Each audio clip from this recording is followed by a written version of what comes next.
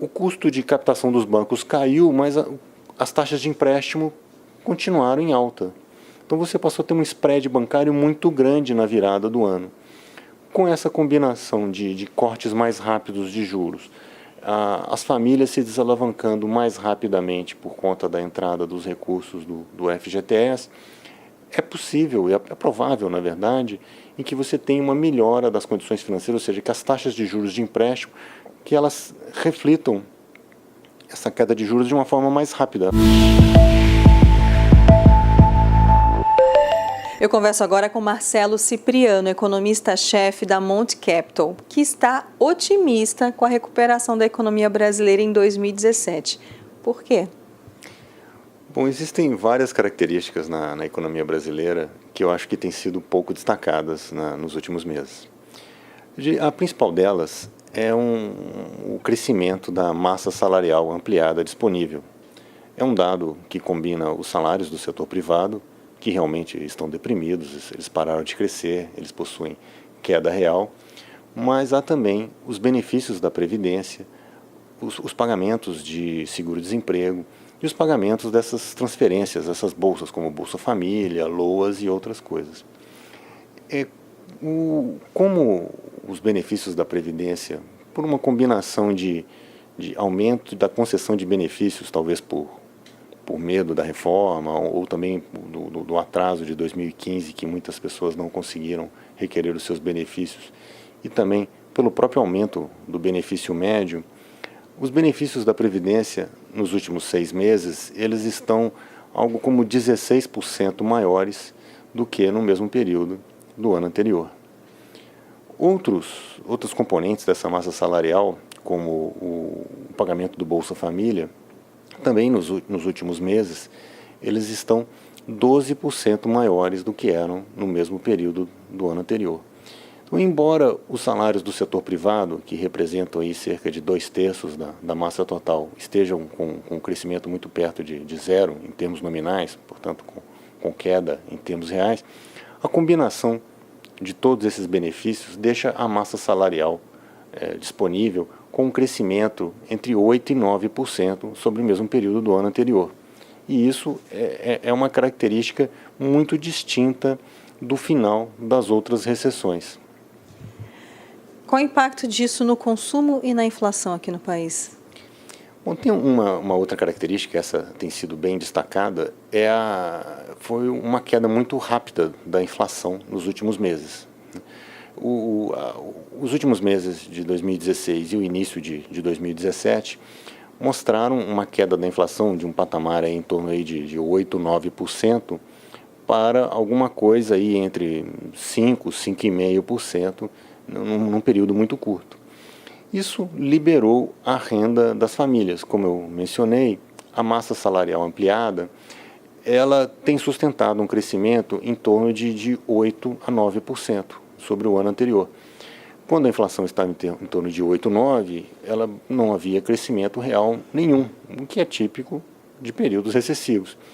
Mas com essa desaceleração rápida da inflação, nós passamos a ver um crescimento real aí de 2, 3% na renda das famílias, o que permite, né, que associado a outras características que refletem exatamente isso, né, afinal vimos aí na passagem de 2016 para 2017 um aumento importante na confiança do consumidor, né, quando medido aqui na região metropolitana de São Paulo, para onde temos uma medida da confiança já bem longa, né, desde de 99, né, e essa recuperação da confiança se sustentou no que se chama nas condições atuais, ou seja, o consumidor, percebendo esse aumento real de renda, se tornou mais confiante e assim é possível que os dados ainda não são conhecidos, mas que esteja acontecendo neste momento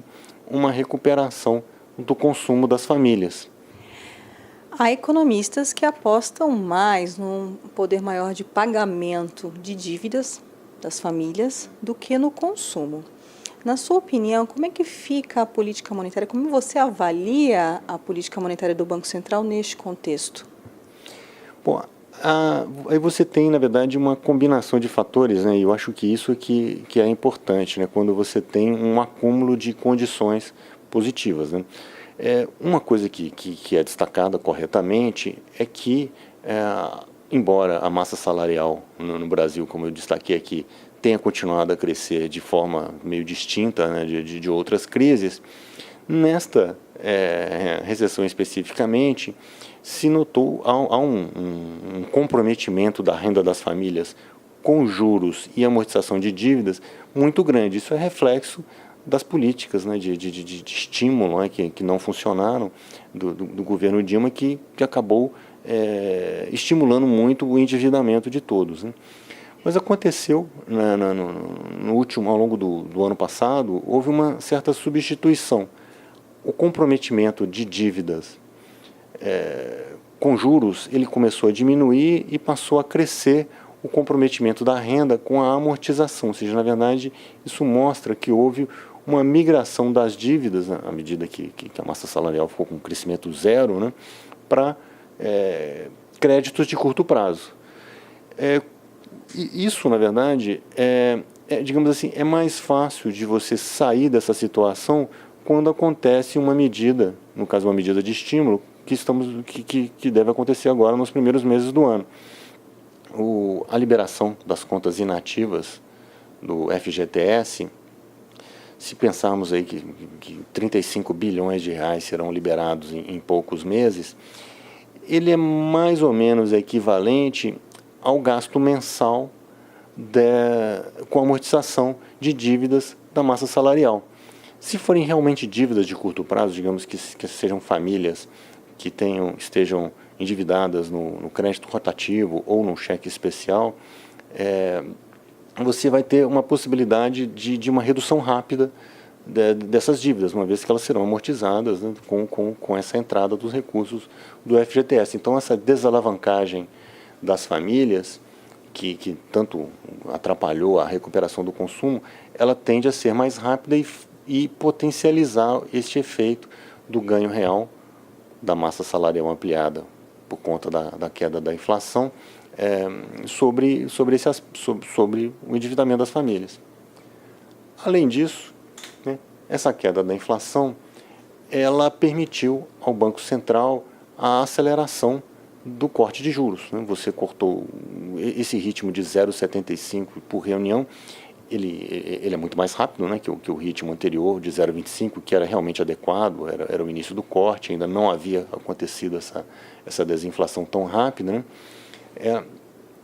Ela provavelmente você deve ver nos primeiros meses de 2017 uma melhora das condições financeiras para as famílias e também para as empresas significativa, pois uma coisa que chamou atenção, e os analistas destacaram isso com muito acerto, é que ao longo do segundo semestre de 2016, embora as taxas de juros de mercado tivessem caído, né, por conta do novo governo, da redução de risco macroeconômico, por conta da expectativa de uma nova política monetária correta e que diminuiu também as expectativas de inflação de longo prazo, o custo de captação dos bancos caiu, mas as taxas de empréstimo continuaram em alta. Então você passou a ter um spread bancário muito grande na virada do ano. Com essa combinação de cortes mais rápidos de juros, as famílias se desalavancando mais rapidamente por conta da entrada dos recursos do FGTS, é possível, é provável, na verdade, em que você tenha uma melhora das condições financeiras, ou seja, que as taxas de juros de empréstimo, que elas reflitam essa queda de juros de uma forma mais rápida, ou seja, você tenha uma queda mais acelerada das taxas de juros do sistema financeiro, que vão contribuir também para todo esse quadro positivo aqui que eu mencionei. Marcelo, você que tem esse otimismo para 2017, uma recuperação da economia brasileira, esse otimismo também se estende para a geração de emprego ainda este ano? Essa parte ela é mais complicada de tratarmos, né? Como para se entender o quadro brasileiro, o Brasil passou por um problema durante alguns anos de uma queda da produtividade, em que crescimentos muito pequenos da economia geravam muito emprego. Ou seja, na verdade, as empresas precisavam de muito trabalho para pequenos acréscimos de produção, e isso gerou muitos custos para as empresas. A lucratividade das empresas no Brasil diminuiu muito, o que foi até uma das razões da economia ter entrado em crise. Então, o que se espera é que a economia recupere, mas que as empresas continuem reduzindo o seu quadro de pessoal como forma de aumentar a sua eficiência, a produtividade do trabalho dos empregados remanescentes. Então, o que se imagina, e é um cenário consensual, é que a taxa de desemprego ainda continue a crescer ao longo do primeiro semestre. Agora, dentro desse quadro todo, curiosamente, quando se pega a redução dos empregos formais no final do ano passado, quando se faz o ajuste sazonal, houve uma melhora inesperada. Você, na verdade, teve a perda de empregos, ela foi bem mais comedida do que se esperava, né? Então, você tem realmente um conjunto de indicadores no Brasil que mostram uma mudança no sinal dos indicadores econômicos, eu diria que de novembro de 2016 para cá, né? Uma outra coisa também curiosa é que no início de 2017, por exemplo, a confiança do empresário industrial, calculada pela CNI, voltou a subir, né? Ela havia subido forte até outubro do ano passado, quando se percebeu que a economia, na verdade, ainda tinha uma segunda perna da recessão, né? Você teve uma desaceleração forte entre agosto e outubro, ela voltou a cair, mas no início do ano vimos a confiança voltar a crescer. Então há um quadro que mostra que alguma coisa está acontecendo, né? E provavelmente tem base nessa recuperação do consumo. Que bom, Marcelo, vamos torcer. Queremos muito essa recuperação, né? Vamos esperar por isso em 2017. Muito obrigada pela sua participação aqui com a gente na Ducascope TV.